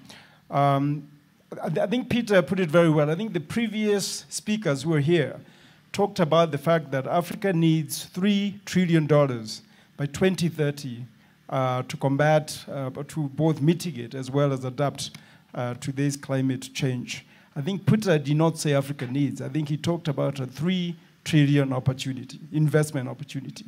That's the way I like to look at it. It's a $3 trillion investment opportunity. And I think for the private sector, when you talk about opportunity, ears rise. I mean, we notice. So the way I look at it is this, that for businesses today are thinking about sustainability. It's not just about profit this year, even though it's important for some of us who are listed on the stock exchanges. It's very important that you make profits this year. But more importantly, is sustainability. We spent last week with my team visiting around the continent, talking to investors. And the one question that kept coming up is, what is NCBA doing on the area of climate change, on the area of sustainability? It is becoming that important. So I think for businesses is to recognize, to realize that this is not just a nice word to have, it's a business necessity for the future. So that means when you talk about yields, you talk about yields in the long term. When you talk about returns, you talk about returns in the long term. So I think for businesses, this is important. Now, I'd like to add also, Julian, that earlier on, the minister talked about the decision and the efforts that the government is making towards tree planting and towards the environment, towards this idea of climate change. And I really applaud that the president and his cabinet are really focused on this. What I did not hear, though, were the incentives being given to the private sector, private businesses, to contribute to that 300 per person tree planting. So I would like to ask governments, both national and county levels, to come up with the right incentives to give businesses. And businesses are not asking to have green financing. That's not the idea. Businesses are asking for taxation incentives, people incentives, and the other things that we do. I like to say that for NCBA, for example, we are the biggest financier of asset finance. Vehicles that you see on the road, we finance about 35% of the vehicles that are financed on Kenyan roads today. Because of that, we understand we contribute significantly to emissions, and it's for that reason that we launched green vehicle financing, so electric vehicle financing, setting aside 2 billion shillings to encourage, and with other many incentives to encourage. Again, I'm very happy about the decision of the government towards tree planting, because NCBA launched Change the Story program a few years ago, working with a number of partners, and through that partnership, we believe we have catalyzed the planting of about 7 million trees, and more importantly, I think Peter will be happy to hear, we have a seedling nursery here in Karura of 1 million trees. Thank you. Let me respectfully hold you there and bring High Excellency Giovanna, who's with us.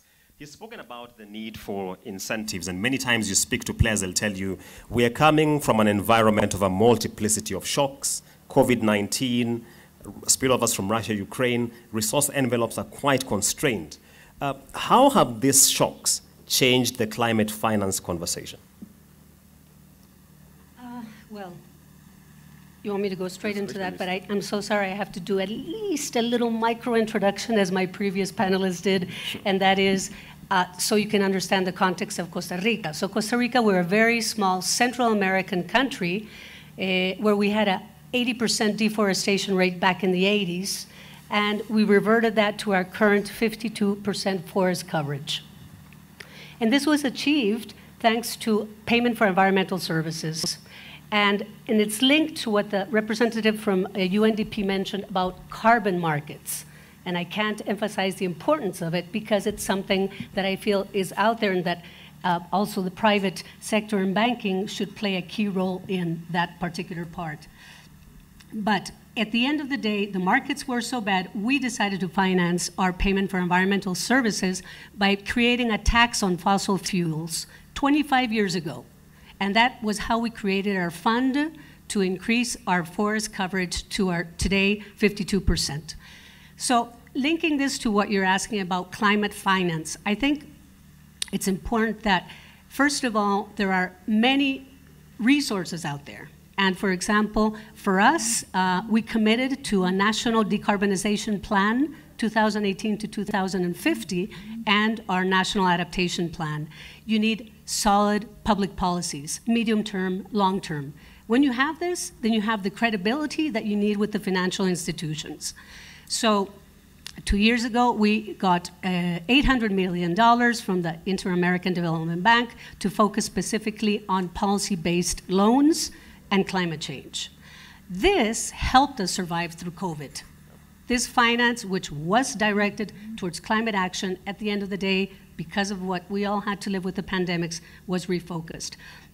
But I want to share with you also in terms of where the money is, if you have sound, sturdy public policies, and for example, in our case, that we have committed to nature preservation and conservancy in what we call nature-based solutions, because this reforestation has allowed us to position ourselves in the world as a global champion, that we want to include indigenous peoples, gender equality, all of those that live around national parks and national reserves. And it becomes a virtuous circle. So in addition to what I mentioned already, we've also had $1,878 million from the World Bank, of which 800 million that we received this year are specifically from a new fund that has been created that's called the Resilience Sustainability Fund. And Costa Rica is the first country in the world to access these funds. So I don't want to extend more, but there are many venues whereby we can access these kind of resources. Thank you. Let's give a round of applause for what Costa Rica is doing. Thank you so much for those insights. Let me bring in Dr. Richard Munang from UNEP here. So whenever we ask this question around where is the money around bridging the climate finance gaps, the question is asked, where is the place for in-kind contributions? We don't necessarily give money, but we are doing our own small bit. Please speak to that issue briefly. Yeah, thank you very much, Mr. Moderator, and accept greetings from the United Nations Environment Programme. The reality of the climate change discourse sometimes misses at those who are actually the pillars of everyday's action. If you look at the entire African continent today, Africa is an informal continent, but this doesn't take central stage, because if you look, 80% of the work is created in the informal sector. These are our mamambogas, these are our juakali artisans. These people constitute the fabric of climate adaptation for the continent. And their everyday life, our mothers in communities who are turning agricultural waste, youth who are turning agricultural waste to organic fertilizer and applying that, sometimes they are not recognized in this discussion. So to answer your question, first of all, as a continent today, drought and floods, we see them. Our mothers, our brothers and sisters in communities are suffering as a result of this. Every minute, one person dies in the continent as a result of indoor pollution. These are our mothers in the communities. 80% of Africans depend on charcoal, firewood. 700,000 Africans die every year. And at the end of the day, they suffer. But they're also playing a role. The young people across the continent today are not recognized. Sometimes they're spoken and made as if they are the footnote. They're supposed to be the head note. We see them fabricating simple solar dryers. A mother in Mwe who grows rice loses 50 kilograms when there is a downpour. Young people in Kenya and across the continent have fabricated simple solar dryers using their skills and their talents. They don't even have access to money, but they are solving a problem. So the young people and our mamambogas are playing a big role. But this is what needs to be done. There are three things. We forget the soft aspect. Regardless of the trillions you get, if people's skills are not retooled, that money will not be able to bring transformational climate action. Skills retooling must become part and parcel of transformational climate action. Number two is incentives. And the incentives sometimes are discussed mostly at a higher level. But we need practical, simple incentives that leverages on what people in communities are used to. All of us who grew up in rural Africa know a thing or two about cooperatives. In Kenya, you call them chamars. Where I come from, in Cameroon, we call them jangis or tontins. Every community works through a cooperative. Let's leverage these cooperatives and let the big money that comes get done to be channeled through these accessible structures that are accessible to the common person, the ordinary person that plays a role every day.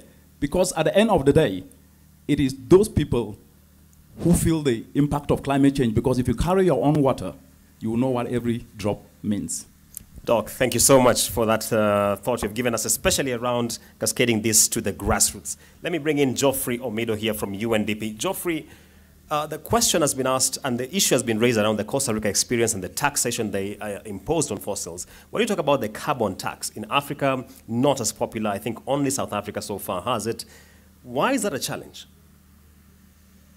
Yes, thank you very much. First of all, to just mention that one of the biggest challenges we have in Africa here is the reality is that even here in Kenya, 93% of our electricity is green, right? But the large bulk of the Kenyans don't have access to this electricity because of cost, but also because the large majority of people still use charcoal, firewood. 80% of our Kenyans still rely on this. And this is the reality. In South Africa, we just saw in the last conference of parties in Glasgow, they got $8.5 billion to move away from coal, a support to try and move away from coal. Here in Kenya ourselves, we have fossil fuels. We have some coal here in Kenya. We have some petroleum up north that we do not know what's going to happen if we actually move away fully from the fossil fuels here. We'll have what we call stranded assets. Yeah. And these are natural resources that Kenya is really, really blessed to have within our capital. On the other side, the reality is that we have done a lot of destruction to our forests over the years. At independence, we had above 20% of our country being forested, and Costa Rica is a very good example there. We are really, really proud of what you've managed to do in the last 20 or so years to get your country to 52% cover. That's really, really amazing. We saw Kenya's forest cover go down to 5.9% just recently, but efforts by partners, including UNDP and the government, have managed to slightly increase it to 8.8% and 12.13%. So the reality here is that the government's plans now to move this to 30% by the year 2032 is very ambitious, hugely ambitious. And UNDP has been working with government to see how we can be able to make this actually work. Because not only will that help us restore 10.6 million hectares of our land, and most of it in the rangelands, which are in the arid and semi-arid lands, it will unlock new opportunity for private sector to invest. This is through the carbon that's going to come in when Kenya manages to restore these areas. For example, we are seeing some small carbon projects bring in quite some good resources. The Northern Rangeland Trust in northern Kenya has managed to rehabilitate 2 million hectares, and they are managing to get some resources in the carbon markets through the soil and grass carbon. So there are opportunities here that we can go the Costa Rica way. And I want to really encourage the private sector players here. I'm happy actually quite a number of them are here. Let's think of this area as an opportunity to finance our development area. We are really not requesting for corporate social responsibility. We are asking private sector to remodel your investment plan to include forestry management and rangeland restoration, because you'll actually get a return on your investment. In that sense, then we'll be able to have people, planet, not with profit anymore, but with prosperity, which is what we are really trying to achieve to ensure that we take the next generation in terms of climate action in this country. Thank you for that. Let me bring in Mr. Paul Russo. And Paul, the question has been asked that, fine, we have capital on the one hand. Oh, sorry, he needs a mic there. But the question is being asked, do we have a steady pipeline of bankable green projects which will then take up this capital? The answer is yes. It's about building, you know, as John said, how do you start having appetite for lower margins? Because in the past, I think we've been chasing, you know, those larger margins. So reorienting organizations into sustainability, into reduced margins, to be able to fund that. But also I think, Julian's, a bigger issue is balancing priorities and demands. Because while you're funding, you want to fund, you know, what I call green projects and so forth. You still have all these other here and now demands. And I think that the conversations like this make sure that we prioritize green funding. So the answer is yes. Thank you for that. Let me come back to John. And in the interest of time, I want to pick some questions from here as I filled my own, so we don't have to take a Q&A at the end of it.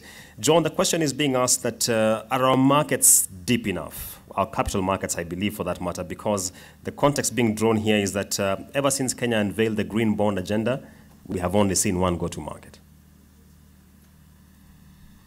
I think, look, Paul mentioned something now, which is about priorities. Yeah, we've gone through 3 years of COVID, Ukraine, and of course, governments have spent a lot of money on sustainability. I think the ambassador has said about her country how they have redirected some of the money to help communities overcome the effects of COVID. I think it's in that context one has to look at that question. It's been in the last 3 years. Green Board was being done right before COVID. It's been 3 years of us dealing with COVID. Stock markets are depressed, unfortunately. Debt markets are even more depressed, unfortunately. So I think that question must be seen in that respect. But in the normal times, are they deep enough? I think you asked an earlier question about opportunities. One thing I would say is this country, and I think my friend there mentioned, 93% of our energy is green energy. Kenya is a leading country. That energy has been financed by banks. And I'm proud to say NCB is one of the biggest financiers of green energy, geothermal energy projects in this country. And we continue to support. So the opportunities are there. Is it deep enough, you ask? Look, in the right setting, it's more than deep enough. That bond that was floated a few years ago, I believe was oversubscribed in Kenya and globally, indeed. So I think it's green enough. I believe my friend Paul, in his remarks, he talked about the amount of money they've raised towards green projects.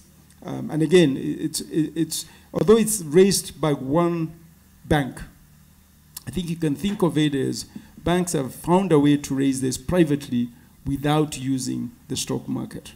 But if the stock market, you were to go to the stock market, it would be extremely, extremely available. I do want to comment, Julius, about a question you asked about the carbon tax very quickly.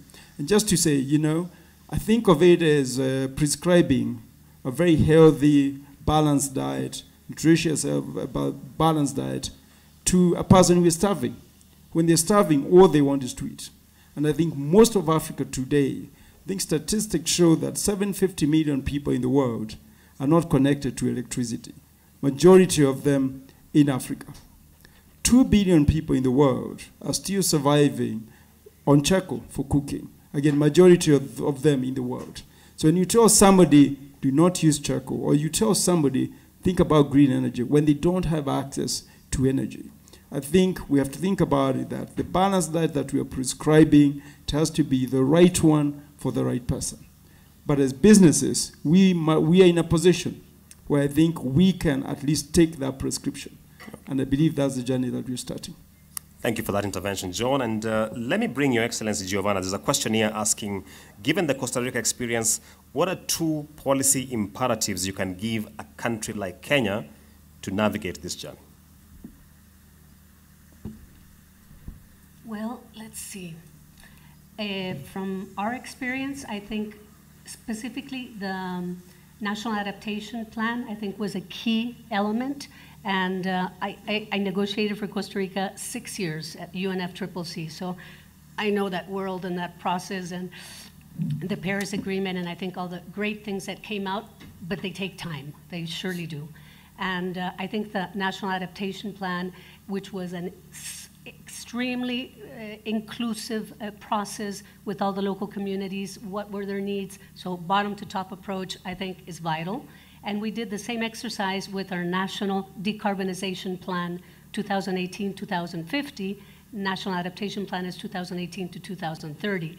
So from our experience is, as I mentioned before, strong public policies, medium and long term, but of course it has to be done with the local communities, local governments, regional, provincial, and then national. Otherwise, it's not going to work, for sure. Dr. Richard, let me bring you in here, and someone is asking about the role of academia as far as innovative financing is concerned. Yeah, very important question. You cannot be able to drive transformational, and I'll keep using this word, transformational climate action, because if you don't put it within the vision of national development, you are never really going to go that far. And the easiest way is to integrate this within the school curriculum. But one of the biggest aspects that needs to be done is that I talked about artisans here, Juakale. 80% of the work in the continent is created in the informal sector. And it is Juakale artisans that are turning agricultural waste into fuel briquettes that are 2 to 4 times more effective than charcoal. And if you are to invest in them, you can be able to tap into a 20 billion charcoal market across the entire continent and 1.6 billion in Kenya. Why am I saying this? Developing curriculum, climate action, entrepreneurship, where every student is taught at every levels of education is the best way to drive this transformational climate action. And the United Nations Environment Program have been working with universities, where we have the first climate action curriculum that have been developed in Nasarawa State University in Nigeria and by Esago University in Botswana.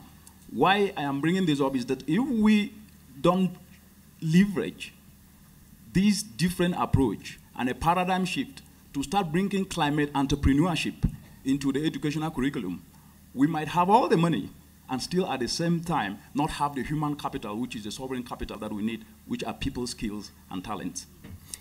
Geoffrey, interesting question coming in here. When we talk about carbon credit markets especially, are they structured in a way that is favorable to frontier markets, especially in Africa? Yeah, and that's true. We realized, for example, the first clean development mechanism markets that came in, it took so long for Africa to effectively be able to tap into it. By the time Africa was ready to engage in the CDM, the prices were collapsing and the market was having a bit of problems. So the reality here is that perhaps Africa needs to move with speed. We need to learn to be early bloomers. You really will never be ready. You will never sit behind until everything is completely negotiated on the negotiating front. What you need to do is ensure that you are agile and adept, and you understand that the future for now is carbon markets.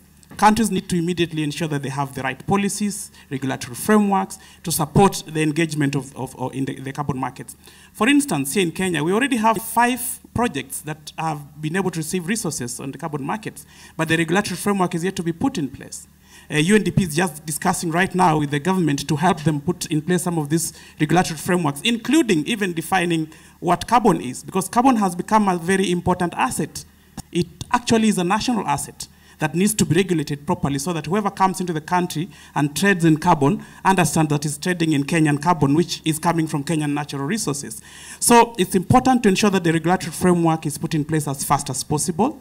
It's important to ensure that we build capacity within government, especially because this is where most of the discussions happen. You have government officers who are negotiating these things. They need to have the capacity to effectively negotiate the best deals in terms of the carbon market environment. Thirdly, and most importantly, is private sector. We in the UN, and Richard here will tell you, we have observed that the resource envelope has been dwindling over time. And the reality is that we are moving away from funding to financing. And that's why most of these things are being converted into investment plans, investment ideas. And the question will come, is it viable?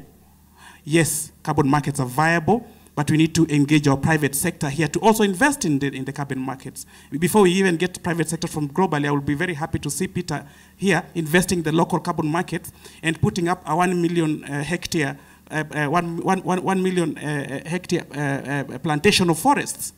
And it will also unlock new opportunities. For example, we'll see the young people going into agroforestry. We'll have full orchards being established of avocados, mangoes, and this will immediately also open up new opportunities for Kenya to grow its export markets. So I think I would like to challenge the private sector also to analyze the opportunities that the carbon market avails, but also the opportunities that engagement in, for example, forestry and rangeland restoration can be able to give them as a business diversification strategy. So yes, it's possible, and we are seeing some countries benefiting from it. Costa Rica there did benefit a lot from the carbon market, particularly in the earlier days, and we are really working with government right now to ensure that we can effectively have the right architecture to benefit from the carbon market conversation. Thank you. Paul, I can see you looking at your watch. This is my question now to you, and this question can only be taken by you and John, I believe. After you, will be taking closing remarks. So someone is asking, why can't banks come together, take some of the money they put in fixed income assets, deploy it towards the climate financing? There is no reason why we can't do that. Let me just be upfront. And I think, Julian, it is for us to succeed in this space, we have to park competition and come together. I think it needs a round of applause for that, please. There is absolutely no way we are going to succeed in this space if we continue in the lines of competition for profitability. We must collectively bring resources, whether local as well as what we mobilize, to have funding that can be meaningfully deployed. I think if you let me be biased, given where I come from. So north of Isiolo, right? You need meaningful funding to turn northern Kenya into, get us out of pastoralism and banditry and etc. But how many single institutions would bet on that initiative? So we must come in and share risks. We must come in and whether our foundations and how we deploy it, we must bring them into a pool and deploy it to create scale, to create meaning. Thank you for that. I'd like us to take closing remarks. I'm told we have 9 minutes only to go. So let me start from Her Excellency here, going that way. And John, as you give your closing remarks, please chime in on that point.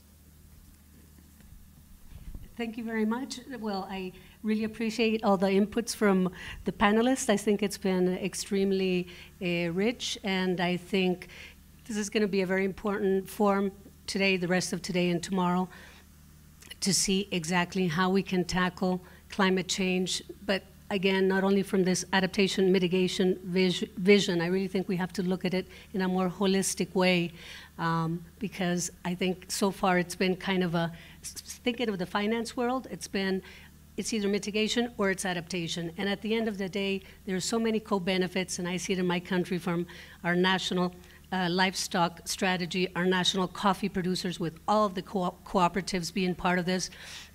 So it's not just about mitigation or adaptation, it's really the overall picture. So I thank you very much for this opportunity, and to you, thank you for sharing your ideas, and look forward to the rest of this festival. Thank you. Thank you. John. Thank you, Julian. I want to again thank Nation Media Group Chairman CEO for convening us here today to have this wonderful conversation. I think what it comes down to is that climate change, climate mitigation, and adaptation is not about corporates, it's not about the public, it's about individuals. And I think one of the questions I was asking my team as we're discussing this, we do have a project, we call it Project Klima, where we're all trying to understand exactly what role we play, is how do we break it down to my branch manager? How do we break it down to the person, to the teller on the branch, to understand their role and their contribution towards this bigger debate? I think you asked me to comment on what my colleague Paul said. Yes, absolutely. There's no reason we cannot come together. But I think what's also important to note is that the banking sector has been doing something for quite some time. In 2017, we came up with sustainable financing initiatives, and we got all the banks in Kenya to sign up to that initiative. Through that initiative, a total of 30,000 employees of banks in this country were trained, were being made conscious about the whole idea of climate financing, the whole idea of sustainable financing. Thereafter, the central bank came up with the banking charter. And the banking charter, again, what we know today, and people talk about, is the risk-based pricing coming out of that charter. But what people maybe don't know is that that charter talked a lot about how we treat people, how we treat community, how you do sustainable finance. So it took some of the principles that we had developed under the Sustainable Financing Initiative into the banking charter. And as Paul so eloquently said before, beginning of this year, the central bank, again working with banks, rolled out the climate-related risk framework. And under that, every bank has made some commitments that they're reporting to the central bank between this year and mid-next year of the things that we're going to be doing very specifically towards mitigating and very specifically towards adaptation to the changing world of climate change. So a lot is happening, maybe in individual basis, but perhaps it would be much better done coming together. Paul, since you're a bigger brother, I'm happy to work with you. Thank you very much. Thank you. Doc, in a minute, please. Yeah, thank you very much. It's been a great pleasure to share ideas here. I would like to leave just 4 points. The first one is that you can only compete from your position of strength. Africa's strength is her youth. The second is we must leverage on people's passion. An inspired person can be able to do that much. And if we inspire our youth, they can take Africa's transformation forward. The third aspect is that the informal sector have a credit facility that is on top of 300 billion. Leveraging accessible cooperatives can be able to tap this. And the last part is that of narrative. We project climate change as a liability. It's an investment opportunity. And therefore, we must be able to reshape that narrative to start showing the opportunities. Geoffrey, a minute, please.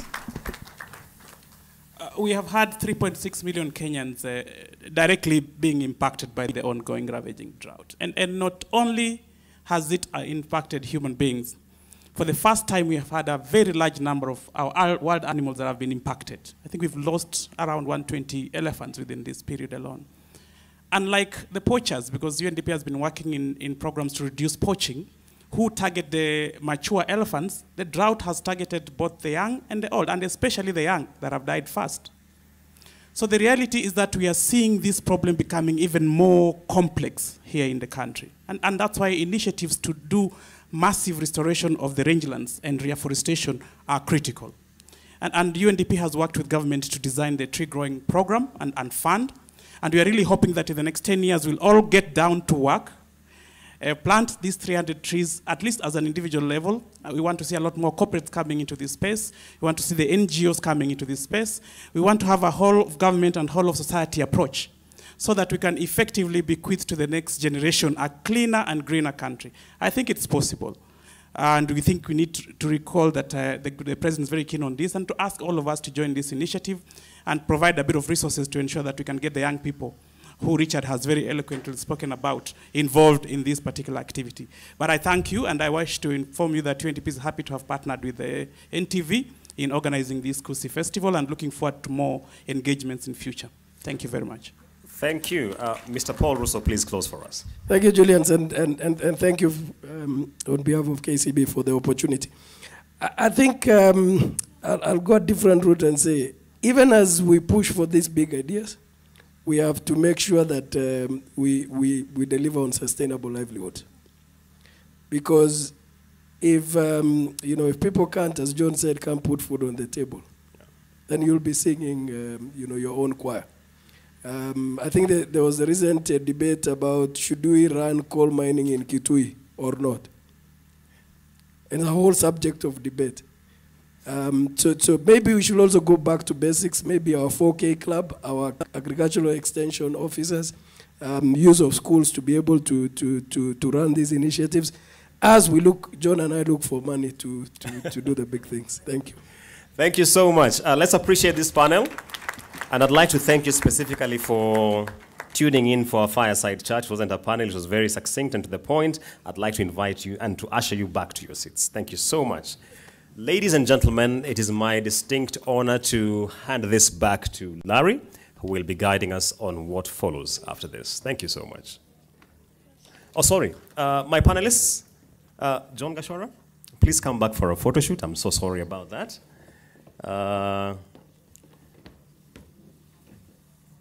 Let's have a quick photo there so that we allow them to proceed to their next business. At the center, please, let's get together. That's much better. Yes.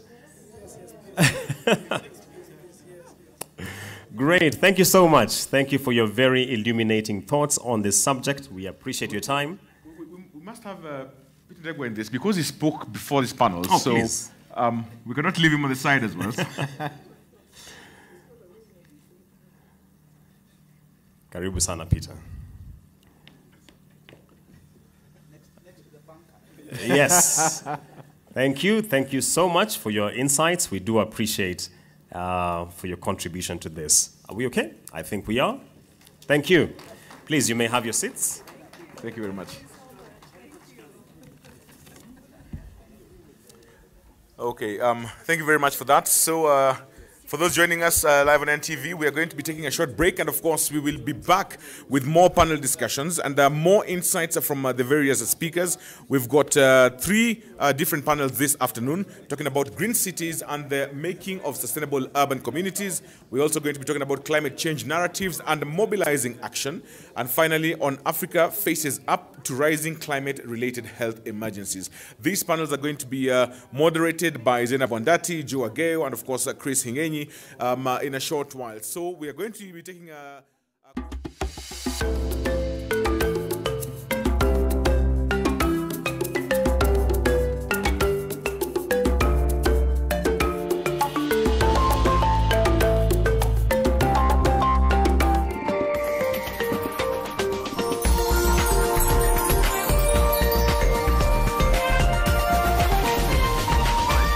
This is NTV.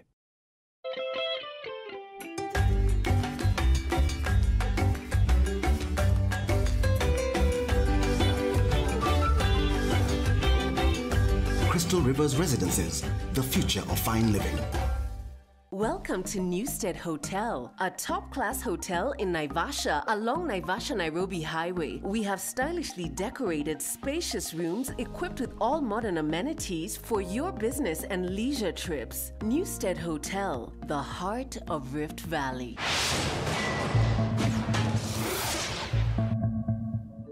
Hi, I'm Didier Drogba. On average, almost 250,000 people die on the road in Africa each year. As a proud African, this breaks my heart knowing that so many deaths could have been avoided. So when you're on the roads, follow these safe steps and help save lives. Make sure you stick to speed limits. They're there to protect you and others. Slow down at high-risk areas like junctions, sharp turns, and before traffic lights. And watch out for pedestrians, cyclists, and animals. To avoid collisions, keep a safe distance and remember the 3-second rule. Pick out an object and count to 3. If you've passed the object before the count of 3, you're far too close. So when you're on the roads, follow these safe steps and help save lives. We all have a role to play in road safety. Together, let's make Africa's roads safer. Kenya National Police Deposit Taking Circle is celebrating 50 years of transforming lives. We paid 50 shillings each. 150 is what